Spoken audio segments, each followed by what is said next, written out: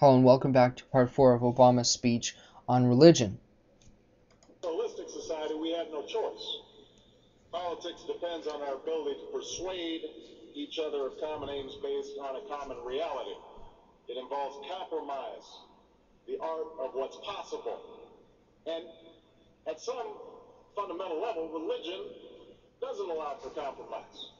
Like I gave you for, Isaiah chapter 1 and verse 18, it says, "Come, let us reason together, says the Lord." The Bible is completely supports compromise. When you look at Paul speaking on Mars Hill to the pagans, he was showing them from their own beliefs that the true living God is the God of the Jewish people, and the proving Christ's resurrection. And also when we look at when he went to the high courts and he was in front of Felix, that he was reasoning with them from their own beliefs even. It's the art of the impossible. If God's spoken, then followers are expected to live up to God's edicts, regardless of the consequences. Well, there would be no negative repercussions for following the teachings of Jesus Christ. After all, he says, love even your enemy. What you're trying to do is mix up different contextual issues, as I've proven, and the old covenants and the old teachings that was for a specific group of people during a rebellious time of humanity. And so this was a way of stopping that. Now, to base one's own life on such uncompromising commitments may be sublime, but to base our policy making on such commitments would be a dangerous thing. And if you doubt that, let me just give you an example. We all know the story of Abraham and Isaac. Don't you mean Abraham and Ishmael, Sheikh Hussein Obama? Didn't you just go over to Cairo and read the Quran to them and say that they're your brothers and sisters and go and bow down to kings of Arabia?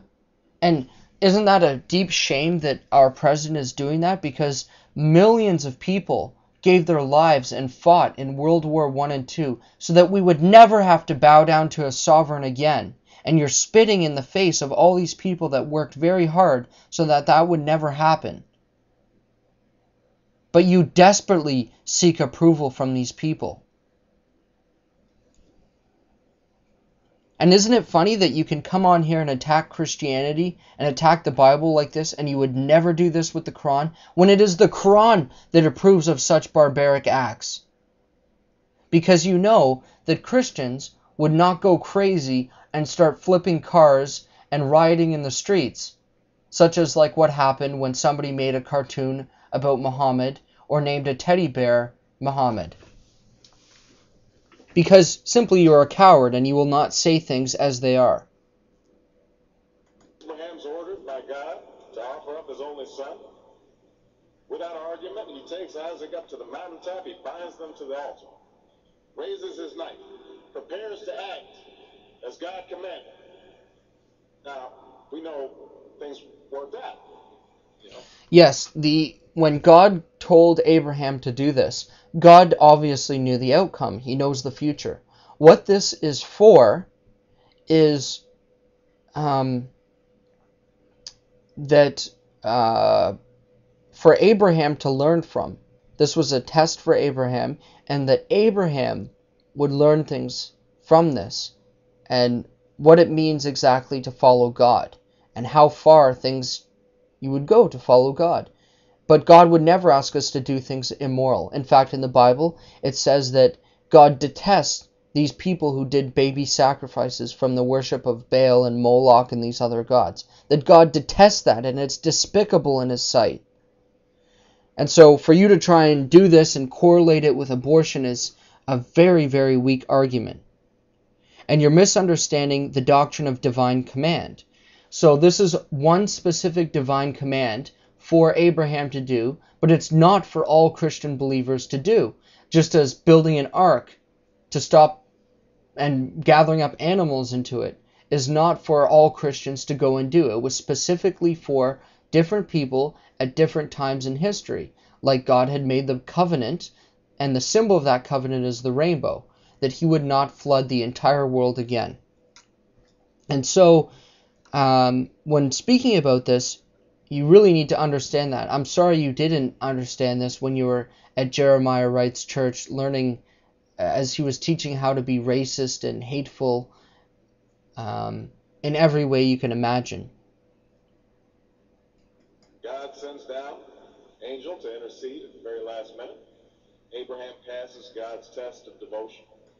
Oh, and because we follow the Bible, this will explain the last part of your video. Jesus said, anyone who harms these little children, it would be better for him if he had a millstone tied around his neck and he was cast into the depths of the sea.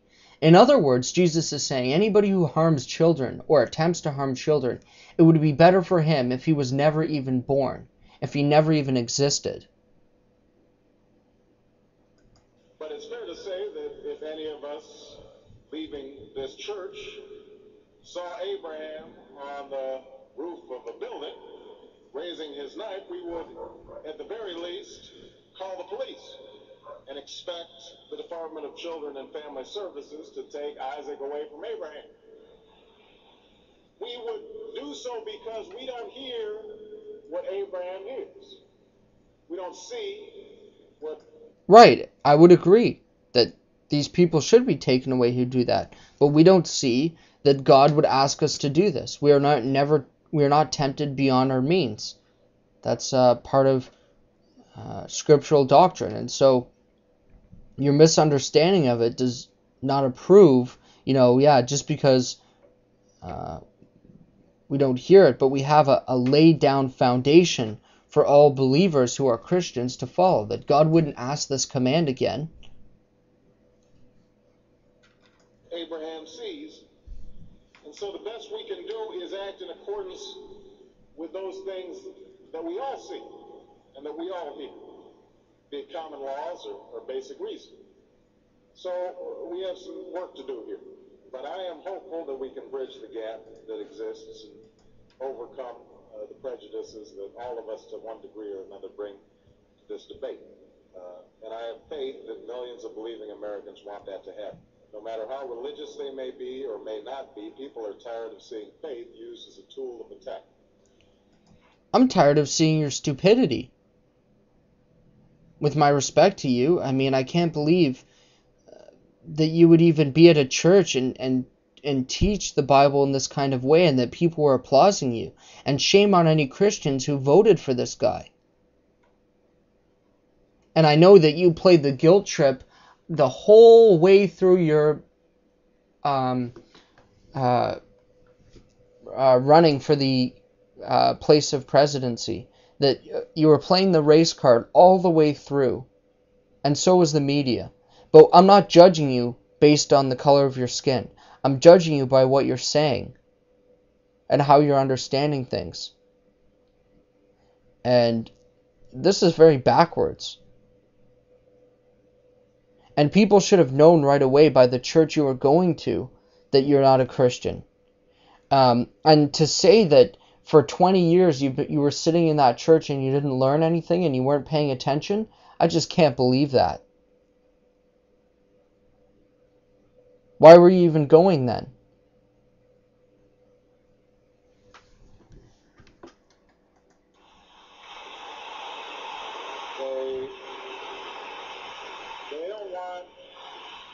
They don't want faith used to belittle or to divide, because in the end, that's not how they think about faith in their own lives.